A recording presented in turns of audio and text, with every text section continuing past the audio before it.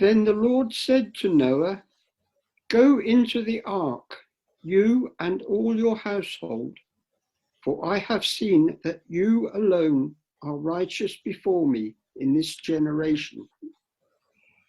Take with you 7 pairs of all clean animals, the male and its mate, and a pair of the animals that are not clean, the male and its mate, and 7 pairs of the birds of the air also, male and female, to keep their kind alive on the face of all the earth. For in 7 days I will send rain on the earth for 40 days and 40 nights, and every living thing that I have made I will blot out from the face of the ground." And Noah did all that the Lord had commanded him. Noah was 600 years old when the floods of waters came on the earth. And Noah, with his sons and his wife and his sons' wives, went into the ark to escape the waters of the flood.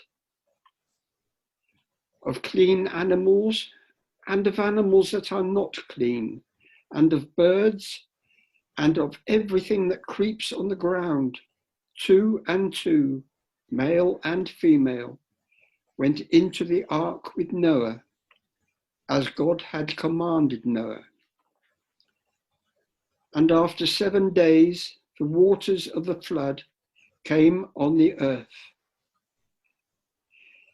In the 600th year of Noah's life, in the 2nd month, on the 17th day of the month, on that day, all the fountains of the great deep burst forth, and the windows of the heavens were opened. The rain fell on the earth for 40 days and 40 nights. On the very same day, Noah with his sons, Shem and Ham and Japheth, and Noah's wife and the 3 wives of his sons entered the ark.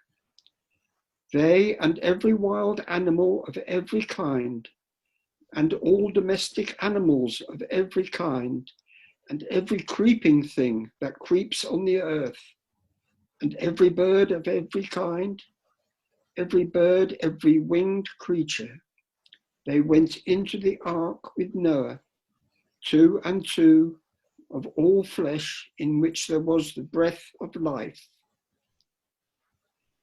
And those that entered, male and female of all flesh, went in as God had commanded him, and the Lord shut him in.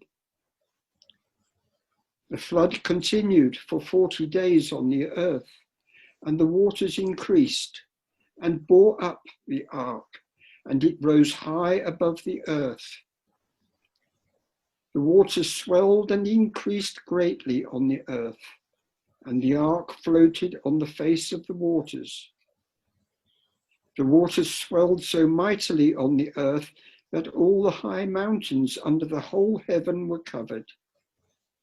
The waters swelled above the mountains, covering them 15 cubits deep. And all flesh died that moved on the earth, birds, domestic animals, wild animals, all swarming creatures that swarm on the earth, and all human beings. Everything on dry land in whose nostril was the breath of life died. He blotted out every living thing that was on the face of the ground, human beings and animals and creeping things and birds of the air. They were blotted out from the earth. Only Noah was left, and those that were with him in the ark. And the waters swelled on the earth for 150 days. This is the word of the Lord. Thanks be to God. So our second reading today is from Acts chapter 2, verses 42 to the end, and it's one of the readings we have to read together as a church at this time. They devoted themselves to the apostles' teaching and fellowship, to the breaking of bread and the prayers. Awe came upon everyone because many wonders and signs were being done by the apostles. All who believed were together and had all things in common. They would sell their possessions and goods and distribute the proceeds to all as any had need. Day by day, as they spent much time together in the temple, they broke bread at home and ate their food with glad and generous hearts, praising God and having the goodwill of all the people. And day by day, the Lord added to their number those who were being saved. This is the word of the Lord. Be to God.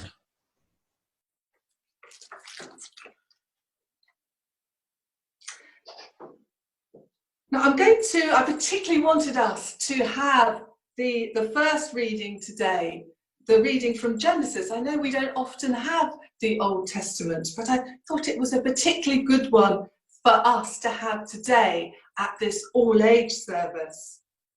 Now, I'd like you to meet someone. I'd like you to meet Noah.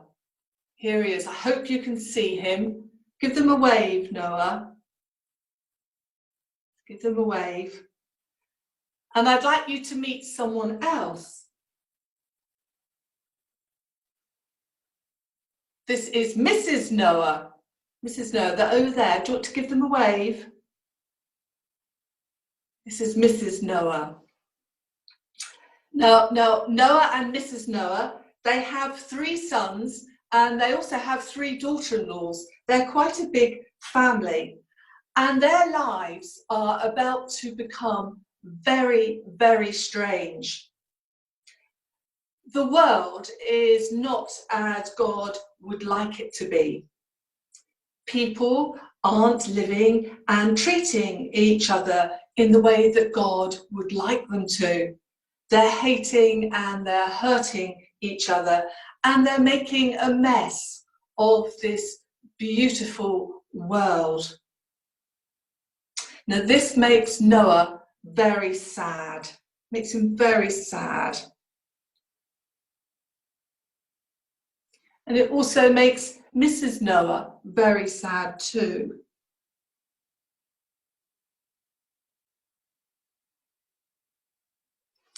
And it also makes God very sad.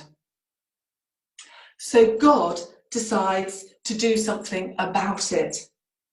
The world can be better, says God. We need a fresh start. But God needs some help. So he turns to Noah and Mrs. Noah. Now God, he really likes Noah. He likes Noah because Noah is a good man. He's a good man. He's saying his prayers. He's a good man. He's kind and he's honest, and he treats people and animals and all of God's creation with respect. Noah, says God. Yes, God, says Noah. I want you, Noah, to build me a big boat, a really big boat. This boat has to be enormous. Yes, God, says Noah. Noah trusts God and does what God asks. Now, it takes him a very long time. In fact, he's 600 years old by the time that he's finished, and that's even older than Captain Tom Moore. What shall I do now, God? Says Noah. I want you, Noah, to take every pair of animal in the world onto the ark And don't leave anyone out. I want animals, big and small. I want them all. And you'll need enough food for everyone to eat. And then I want you to join them on the ark with your family. Yes, God, says Noah. Noah trusts God and does what God asks. Now it's quite a scramble for Mr. and Mrs. Noah, getting all the provisions that they need, going to all the shops and getting what they need, and they couldn't find toilet rolls anywhere, which is really quite a worry when you're going to be sharing a boat with elephants and with hippos. And then there's all the chasing and the catching of the animals. Goodness me. You try catching 2 cheetahs. At last, when they're all tucked safely away in the boat, God tells them to lift up the gangplank. And Mr. and Mrs. Noah, they make themselves a nice cup of tea. And then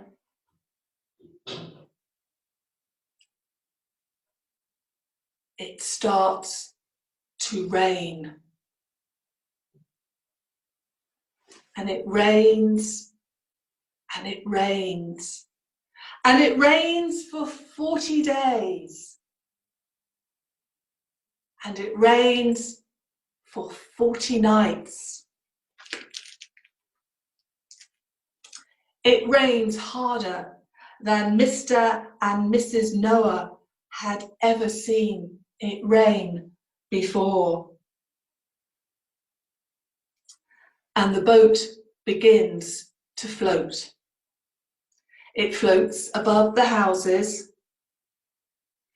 It floats above the trees. It floats above the hills. And it floats above the mountains too. Everyone on the boat is in lockdown for a very long time, and this is not easy. Some of the animals sadly get seasick, so they build a hospital on board the boat so that they can look after each other. And Mr. and Mrs. Noah, they have to homeschool all the animals. And the chimpanzees, they're constantly naughty. They throw their books everywhere and they swing up and down on the rafters of the ark. Some days everyone watches far too much television. And there's no going to the playgrounds or going out to the shops. And sometimes they get very bored. And sometimes they argue with each other.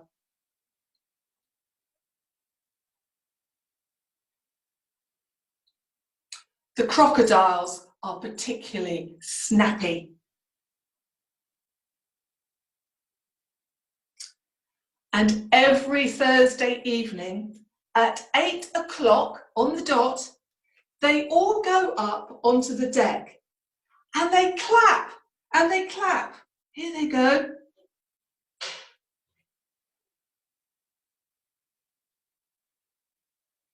They clap and they give thanks for all those who are working on the boat, doing the most that they can to look after each other. And perhaps you'd like to clap those people too now at home.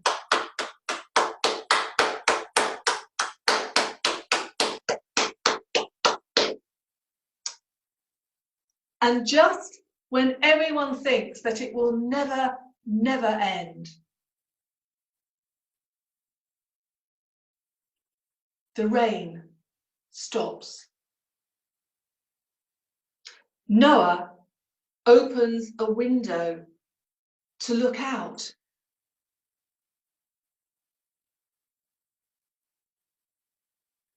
But the world is far from dry. So he sends out a dove.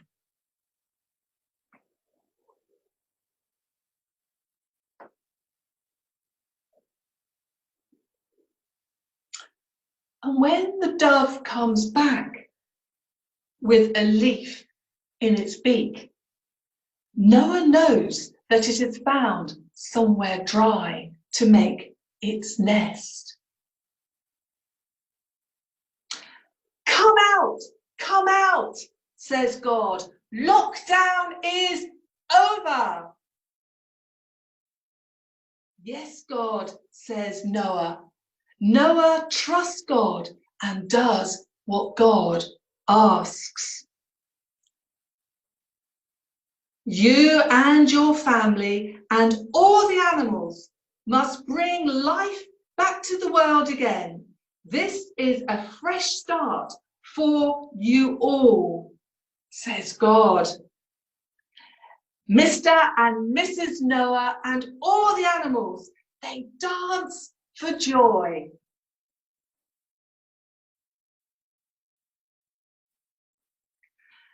And God is happy too. So happy that God paints the world's first rainbow in the sky to celebrate this new beginning.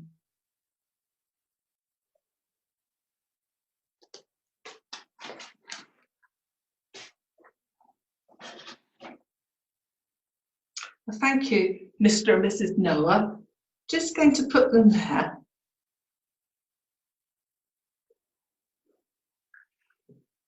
So I hope you don't mind me doing this imaginative retelling of the flood story in Genesis. I think this is a colourful story that we can engage with in a playful and a creative way, which is probably why it's so loved by children. Scholars think that this is a very ancient story from the Near East, a myth which the Israelite people imaginatively used to help them articulate their faith. In the ancient world, the flood image is often a metaphor for chaos. And we're living through stormy, chaotic times at the moment, which is why I think this story has something to say to us today. I think that there are three things we might learn from this story. The first is that it's a story that teaches us something about how God is willing us to preserve and protect the right ordering of relationships. Secondly, it's a story that teaches us something about how God values all of creation, big and small, in all its diversity, not just humans. And thirdly, it's a story that teaches us that God has promised us a future as bright as the rainbow. Of course, I think there are significant differences between this Hebrew judgment story and our context today. I don't believe God has sent a horrible virus into the world to make us deliberately ill. The loving God that Jesus shows us wouldn't do that. Today we remember in our collect and later in our post-communion prayer that Jesus is the Good Shepherd, the Good Shepherd. And a good shepherd does not set a wolf among its flock. Bishop Graham Tomlin writes this week that the Greek word commonly translated as our word judgment is krisis, which can be translated as crisis. A crisis is, he says, and I quote, a providential heightening of tension and an opportunity for decision and action. He goes on to write, perhaps the coronavirus is best seen not just as an inconvenience, annoyance to be overcome so that we can all get back to normal, but instead a crisis moment, a judgment on us for our way of life, for the way in which we treat one another and the natural world, our thinking that this world is all that there is. Some scientists argue that the stress we're putting on our environment by cutting down forests, selling wild animals in markets, and running industrial farms is causing viruses to mutate and jump from one species to another. Does God want us to do something about that? The virus strikes hardest where there is poverty, overcrowding, and a lack of running water. Does God want us to do something about that too? One of the symbols of hope during this pandemic is the beautiful coloured rainbows that the children have been putting up in their windows. Perhaps the rainbow has appeared as a symbol of hope at this time, because within our collective psyche, we all remember the promise that God made to us in the flood story. This story has a lasting power because in it, God has promised to be faithful to his people and his creation. And if we, like Noah, listen and act, yes, God, says Noah. Noah trusts God and does what God asks. Let's remember Noah and God's promise each time we see a child's rainbow in one of the windows. And let's use this crisis moment as a unique opportunity to build a new life for us all when we step off the ark. Amen.